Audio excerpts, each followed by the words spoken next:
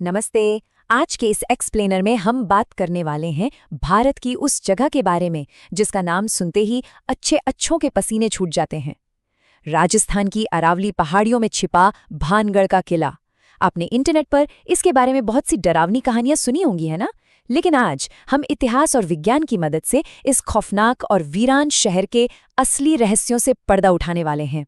क्या ये परछाइयां सच में किसी श्राप का नतीजा है या फिर इसके पीछे कुछ और ही लॉजिक है? चलिए मिलकर इस पूरे सच को डिकोड करते हैं। जरा सोचिए, किसी जगह के बाहर अगर साफ साफ लिखा हो कि सूरज ढलने के बाद अंदर जाना सख्त मना है, तो कैसा लगेगा? और ये कोई आम चेतावनी नहीं है, बल्कि सीधे भारतीय पुरातत्व सर्वेक्षण यानी ASI का लगाया हुआ बोर्ड है। यही वो चीज है जो लोगों को इस भयानक रहस्य की तरफ सबसे ज्यादा खींचती है। आखिर इस जगह में ऐसा क्या है जो इसे अंधेरे के लिए इतना खतरनाक बना देता है? लोग तो यहाँ तक मानते हैं कि अगर कोई गलती से भी रात में वहां रुक गया तो वो कभी जिंदा वापस नहीं लौटता। तो चलिए भाग 1 से शुरू करते हैं और भानगढ़ के इस मशहूर श्राप वाले माहौल को समझने की कोशिश करते हैं।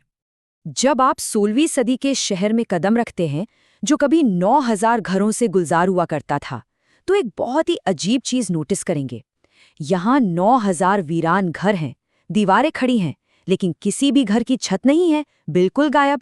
साथ ही एक 7 मंजिला महल है जो अब पूरी तरह से खंडर बन चुका है। वहाँ के स्थानीय लोगों का दावा है कि रात के घुप अंधेरे में यहाँ से महिलाओं के रोने, चीखने और चूड़ियां टूटने की भयानक आवाजें आती हैं। और अफवाहें तो ये भी हैं कि जिसने भी रात में रुकने का नियम तोड़ा, वो बस गायब हो गया। अब आते हैं भाग 2 पर। चलिए उन किंवदंतियों और खौफनाक कहानियों में गोता लगाते हैं जिन्होंने इस आबाद शहर को वीरान कर दिया। भानगढ़ की तबाही को लेकर 2 बहुत ही मशहूर लेकिन एकदम अलग कहानियां चलती हैं। एक तरफ है बाबा बालूनाथ का शाप। उन्होंने शर्त रखी थी कि किले की ऊंचाई इतनी नहीं होनी चाहिए कि उसकी परछाई उनके घर पर पड़े, लेकिन शर्त टूटी, परछाई उनके घर तक पहुंची और कहते हैं कि पूरा शहर तबाह हो गया। वहीं दूसरी तरफ काले जादू के माहिर तांत्रिक सिंघिया की कहानी है। उसने राजकुमारी रत्नावती को पाने के लिए एक जादुई इत्र बनाया था, लेकिन जब उसका वो लव पोशन उसी पर भारी पड़ा और वो कुचल कर मरने लगा, तो मरते मरते उसने श्राप दिया कि भानगढ़ हमेशा के लिए भूतों का शहर बन जाएगा। लेकिन रुकिए, यहाँ एक बहुत बड़ा ऐतिहासिक ट्विस्ट है। जब हम आर्कियोलॉजिकल रिकॉर्ड्स और इतिहास के पन्ने खंगालते हैं, तो पता चलता है कि इन किरदारों का तो कोई ऐतिहासिक वजूद ही नहीं है। जी हाँ, आपने सही सुना। ना कोई शिलालेख, ना ही कोई ऐसा दस्तावेज जो ये साबित कर सके कि वो खूबसूरत राजकुमारी रत्नावती या वो काला तांत्रिक सिंघिया कभी असलियत में जिंदा भी थे। ये सब महज पीढ़ी दर पीढ़ी सुनाई जाने वाली लोक कथाएं हैं। तो अगर ये सब कहानियां हैं, तो फिर सच क्या है? यहीं से शुरुआत होती है भाग 3 की डर का विज्ञान। सबसे बड़ा सवाल ये है कि अगर भूत प्रेत पूरी तरह से काल्पनिक हैं, तो फिर लोग रात के अंधेरे में वहां असल में क्या महसूस कर रहे हैं? और मजेदार बात यह है कि भौतिकी और जीव विज्ञान के पास इन अजीबोगरीब दावों का एकदम सटीक और तार्किक जवाब है। इसे समझने के लिए एक शब्द पर ध्यान दीजिए, इंफ्रासाउंड। ये 20 हर्ट्ज से भी कम फ्रीक्वेंसी वाली साउंड वेव्स होती हैं। हमारे कान इन्हें सुन तो बिल्कुल नहीं सकते, लेकिन हमारा शरीर इन्हें बहुत अच्छी तरह महसूस कर सकता है। जब हम ऐसी तरंगों के बीच होते हैं, तो शरीर में अजीब सी कंपन होती है। अचानक से बहुत तेज घबराहट होने लगती है और ऐसा लगने लगता है जैसे कोई हमें घूर रहा है। और यहाँ एक बहुत ही खास नंबर आता है, 19 हर्ट्ज। 1980 में इंजीनियर विक टैंडी ने अपनी लैब में बाकायदा एक एक्सपेरिमेंट करके साबित किया था कि 19 हर्ट्ज की फ्रीक्वेंसी इंसानों के दिमाग से खेल सकती है।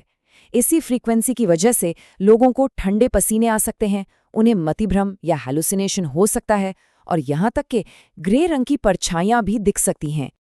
अब आप सोच रहे होंगे कि इसका भानगढ़ से क्या लेना देना। दरअसल भानगढ़ सीस्मिक जोन 4 में आता है, जहां जमीन के नीचे हल्की हलचल होती रहती है। उस पर से जब इन खंडरों और खुरदुरे पत्थरों के बीच से तेज हवाएं गुजरती हैं, तो ये पूरा वातावरण प्राकृतिक रूप से एक इंफ्रासाउंड जनरेटर बन जाता है। आसान भाषा में कहें तो ये किला 24 घंटे डर की फ्रीक्वेंसी ब्रॉडकास्ट कर रहा है। इसके अलावा हमारी साइकोलॉजी का एक कॉन्सेप्ट है जिसे सजेस्टिबिलिटी कहते हैं। सोचिए, जब आप पहले से ही दिमाग में ये बैठा कर किसी जगह जा रहे हैं कि यहाँ भूत हैं, तो आपका दिमाग पहले से ही हॉन्टेड मोड में चला जाता है। ऐसे में अगर हवा से कोई पत्ता भी हिलेगा ना, तो आपका दिमाग उसे एक डरावनी परछाई या भूत बनाकर ही आपके सामने पेश करेगा। और इसके साथ ही काम करता है पैरेडोलिया। यह हमारे दिमाग की एक अजीब सी फितरत है।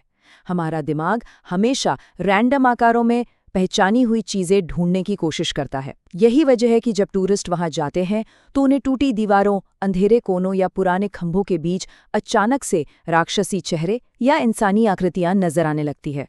चलिए अब भाग 4 की ओर बढ़ते हैं और उन असली और छिपे हुए खतरों की बात करते हैं जो वाकई में जानलेवा हैं।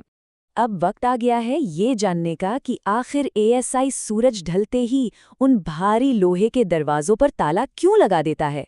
सच तो ये है कि अंधेरे में वहां जो असली खतरे छिपे हैं वो कोई आत्माएं नहीं हैं। भानगढ़ सरिस्का टाइगर रिजर्व से सिर्फ 50 किलोमीटर दूर है। वहां बंगाल टाइगर्स, तेंदुए और लकड़बग्घे जैसे खूंखार जानवर अक्सर रात में शिकार के लिए किले के आसपास आ जाते हैं। और हाँ, वो जो जर्जर और बिना छत की दीवारें हैं ना, वो कभी भी भरभरा कर गिर सकती हैं। रात में यही सबसे बड़ा और असली खतरा है। और वो जो औरतों के रोने की डरावनी आवाजें आती हैं, जिन्हें सुन के लोगों की रूह कांप जाती है, वो कोई भटकती आत्माएं नहीं हैं। वो असल में रात के वक्त शिकार पर निकले जंगली लकड़बग्घों यानी हाइनास की चीखें होती हैं। अगर आप कभी इनकी आवाज सुने तो ये हूबहू किसी इंसान के चीखने या रोने जैसी लगती हैं। अब हम पहुंच गए हैं भाग 5 पर। अगर भूत नहीं थे तो भानगढ़ की असली ऐतिहासिक त्रासदी क्या थी? एक आबाद शहर वीरान कैसे हुआ?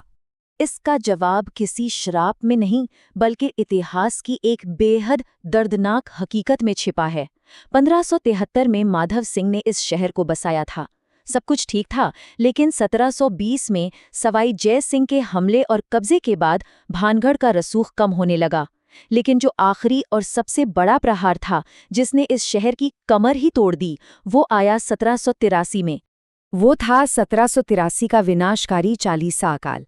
मौसम के भयानक बदलाव और एल नीनो की वजह से उत्तर भारत में ऐसा भयंकर सूखा पड़ा जिसने उस पूरे इलाके की 2/3 आबादी को निगल लिया। जरा सोचिए, पानी की एक एक बूंद के लिए लोग तरस गए। भूखमरी इतनी बढ़ गई कि जो लोग बचे उन्हें अपनी जान बचाने के लिए अपना ही शहर हमेशा के लिए छोड़कर जाना पड़ा। अब आप सोचेंगे कि लोग अकाल और भूखमरी की बात क्यों नहीं करते, श्राप की बात क्यों करते हैं? खैर, हमारी इंसानी फितरत ही ऐसी है। हम जलवायु आपदा और भूखमरी जैसी बेकाबू और कड़वी सच्चाई को स्वीकार करने के बजाय एक विलन वाली कहानी पर ज्यादा आसानी से यकीन कर लेते हैं। एक श्रापित तांत्रिक वाली कहानी दिमाग को एक लॉजिक और एक रोमांचक खलनायक देती है, जबकि अकाल की सच्चाई सिर्फ और सिर्फ डिप्रेशन से भरी है। महान वैज्ञानिक मैरी क्यूरी का ये कोट इस पूरे एक्सप्लेनर को कितनी खूबसूरती से समेटता है। जीवन में किसी भी चीज से डरने की जरूरत नहीं है, बस उसे समझने की जरूरत है। जब हम डरावनी लगने वाली चीजों को विज्ञान और इतिहास के चश्मे से देखते हैं तो हमारा डर छूमंतर हो जाता है।